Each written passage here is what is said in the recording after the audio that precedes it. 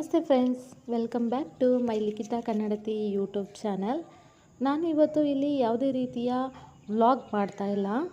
But ನಮ್ಮ ಪಾಪುಗೆ ನಾನು ರಾಗಿ ಸರಿನ ಯಾವ ರೀತಿಯಾಗಿ ಕೊಡ್ತೀನಿ ಅನ್ನೋ ನಾನು ಚಿಕ್ಕ ವೀಡಿಯೋದೊಂದಿಗೆ ನಿಮ್ಮ ಜೊತೆ ಶೇರ್ ಮಾಡ್ತಾ ಇದ್ದೀನಿ. ಇಲ್ಲಿ ನಾನು 1 kg ಅಷ್ಟು ರಾಗಿ ತೊಗೊಂಡಿದ್ದೀನಿ.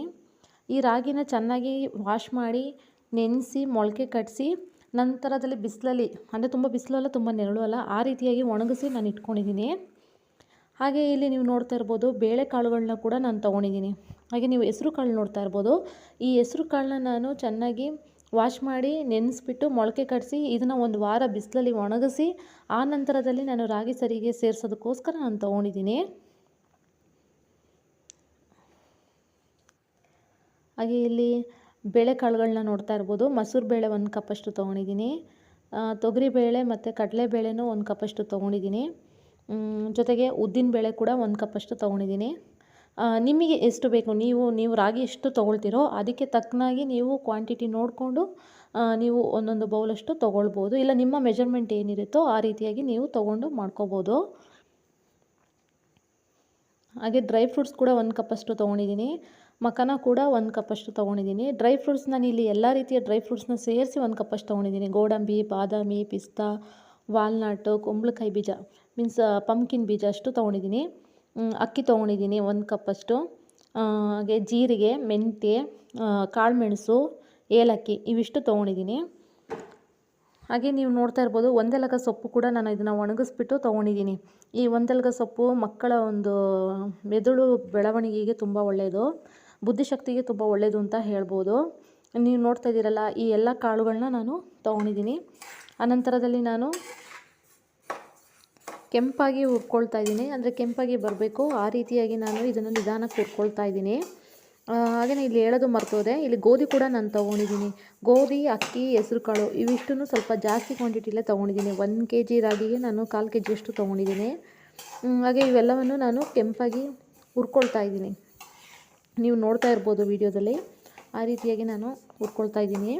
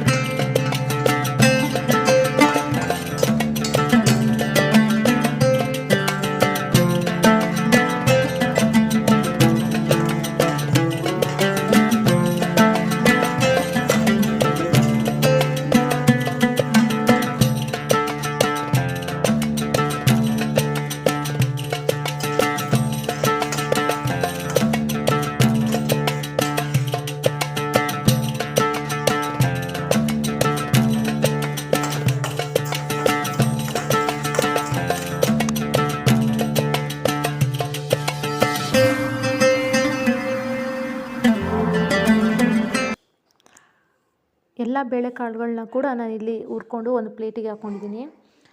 ಆನಂತರ ಅದರಲ್ಲಿ ನಾನು ಇದನ್ನು ಮಿಲ್ಗೆ ಹಾಕ್ಕೊಳ್ತೀನಿ. ಮಿಲ್ಗೆ ಹಾಕ್ಕೊಂಡ್ರೆ ಪೌಡ್ರು ಕೂಡ ತುಂಬ ಚೆನ್ನಾಗಿ ಬರುತ್ತೆ. ಮಕ್ಕಳಿಗೆ ತಿನ್ನೋದಕ್ಕೂ ಕೂಡ ತುಂಬ ಚೆನ್ನಾಗಿರುತ್ತೆ ರಾಗಿ ಸರಿ. ಹಾಗಾಗಿ ನಾನು ಇದನ್ನ ಮಿಲ್ಗೆ ಹಾಕ್ಕೊಳ್ತಾ ಇದ್ದೀನಿ ಫ್ರೆಂಡ್ಸ್. ಸೊ ಎಲ್ಲರೂ ಸಪೋರ್ಟ್ ಮಾಡಿ, ಸಬ್ಸ್ಕ್ರೈಬ್ ಮಾಡ್ಕೊಳ್ಳಿ. ಹಾಗೆ ವಿಡಿಯೋ ನೋಡಿ ಇಷ್ಟ ಆದರೆ ಲೈಕ್ ಮಾಡಿ ಫ್ರೆಂಡ್ಸ್. Thank you.